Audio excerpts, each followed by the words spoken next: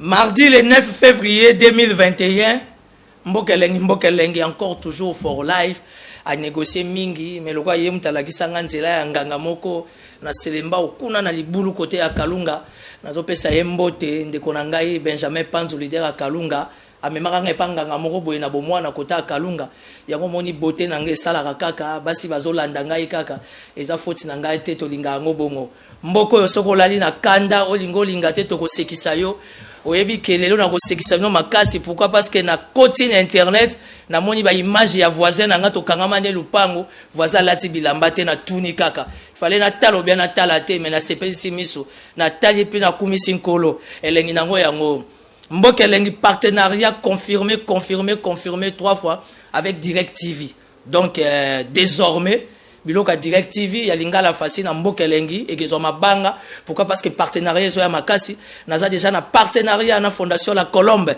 ya mama Amida Chature Kamere wane rata jaja naza sous na partenariat na fondation Widal oyo ya sénateur Guy Lwando Mboyo elima ya Bangala ça veut dire que tangu yozo négliger mboka elengi tangu yozo finganga surtout que yozo na 60 ans 65 ans za combattant na poto oza combattant en Afrique du Sud, ça veut dire oza ya koloka parce que Moussa qui combattait c'est ici la facha azwa pouvoir mbokelengi to continue na système www.litutu.com tozo boma ba relation nyonso tozo soigner rancune elengi nango yango wana Sami Badi banga fa kota ba prière parce que ekomi likambo ya famille les sénateurs et les premiers vice-présidents ya Sénat en République démocratique du Congo Sami Badi banga il faut kota lo sambo ngana yebisango moko exorciste ya bien akoko lukaye pepe que ça likambo parce que ayeko sous deuxième pétition et là Sami Badi banga ba sénateur sur 108 109 si je me trompe 60 déjà ba signé pétition pour le départ de Sami Badi banga elengi nango yango wana to tuni kaka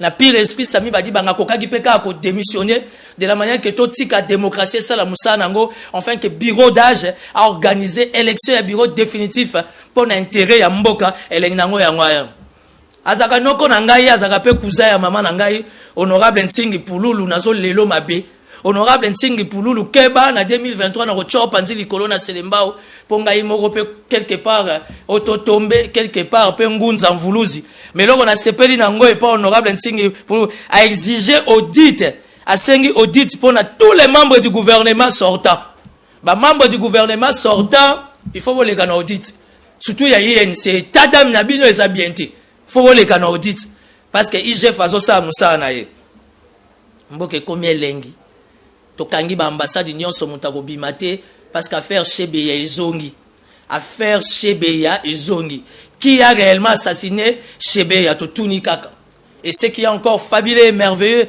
c'est que les représentants de l'Union européenne en République démocratique du Congo aza derrière aza quoi appuyer justice congolaise de la manière qu'impunité est ici là dans le cadre il y a état de droit et ça là que dossier ya Chebeya qui a été un Congolais mais travaillant dans un contexte purement international, la voix des sans-voix, ça veut dire qu'aujourd'hui, le procès Chebeya Zongi, soko yebi que de près de loin, aux agues na procès à Chebeya, à tous les 4 quoi république qui keba, mundela tini déjà ba drone ba kokangayo.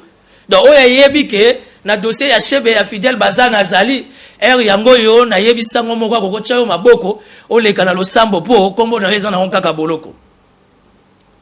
Un grand rendez-vous aujourd'hui, un tête-à-tête une fois de plus. Na système ya Fara, l'informateur Modeste Bahati, na chef de l'État, le mardi le 9 février, faut basola, basola sou nini. Moussa l'informateur ici, si la kito tout ni kak. Bahati luko bazo négocier primature, appelle moi mobile a tika katel, ngilango ya ngwana tout ni kak. Et que ce qui s'abune, c'est que Bozabo bana déjà koseka. Martin Fayulu en colère, alobia Bengani, Jean-Pierre Bemba na Moïse Katumbi na Lamuka. Na yebisi bino mboke komi sentiment mboke komi goût Fayulu alobi Bemba na Moïse Katumbi abengani bango na Lamuka. Ça veut dire que dans minute ça sans coloration politique. Raison pour laquelle Martin Fayulu va s'exprimer un point de presse sauf changement des dernières minutes, c'est jeudi 11 février. Martin Fayulu évidemment na Faden House a reçu la point de presse a expliqué batu ndengeni na bengani Moïse Katumbi na ndengeni ni abengani Bemba to tuni kaka. Est-ce qu'il a ces pouvoirs là to tuni kaka? To certifié te mais to tuni elengi nango yango wana asala tu azonga Richard Mouyesh Manguez parce que bana lwala babazo continuer kokufa les travailleurs de l'entreprise Karilou bazana balabala bazo dénoncer mauvais traitement. Ça veut dire que la présence de Richard Mouyej Manguez Mans, les petits frères de Jésus-Christ, ndenge baninga lingala fasi balobaka, est remarquable. Absence naïe, nakati alwala besali que même les travailleurs ne sont plus dans de meilleures conditions. Ça veut dire que tu les garapé air moko 4-5 minutes, tu kendarapé 6-7 mètres comme 10 minutes pour wane komi likambo envoûtement. www.litutu.com, tozo boma ba relation, tozo soigner rancune. C'est samedi. Tous, nous sommes en union de prières. Nous allons implorer la faveur de l'Éternel pour notre dossier à Vital Kamere, qui est lundi le 15 février. Nous Saint-Valentin, c'est dimanche le 14 février. Saint-Valentin comme lundi le 15 février, avec ce que nous attendons comme surprise pour notre dossier à Vital Kamere, parce que justice Nabiso a réparé.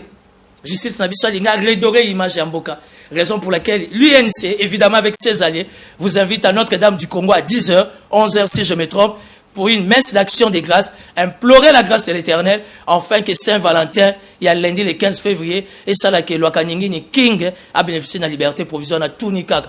Vous voyez que Vital Kamere, il y a ça les prochains, la Tunikaka. Congo, Tokoki, jamais coupé sa première ministre, moi, la moitié, que Simbate, la première maman, mais ma maman n'a pas commis prêtité. On a besoin d'un premier ministre pacificateur. Il y a une tendance politique autour d'une table afin de faire décoller la res publica. Elle est na tunikaka. Ba mama boyi nanga te bobetelanga maputa te. Maintenant nous bokomi na niveau primature te. Totika les prochains azo primature pour accompagner Fachi Mboke Kende Liboso. À suivre.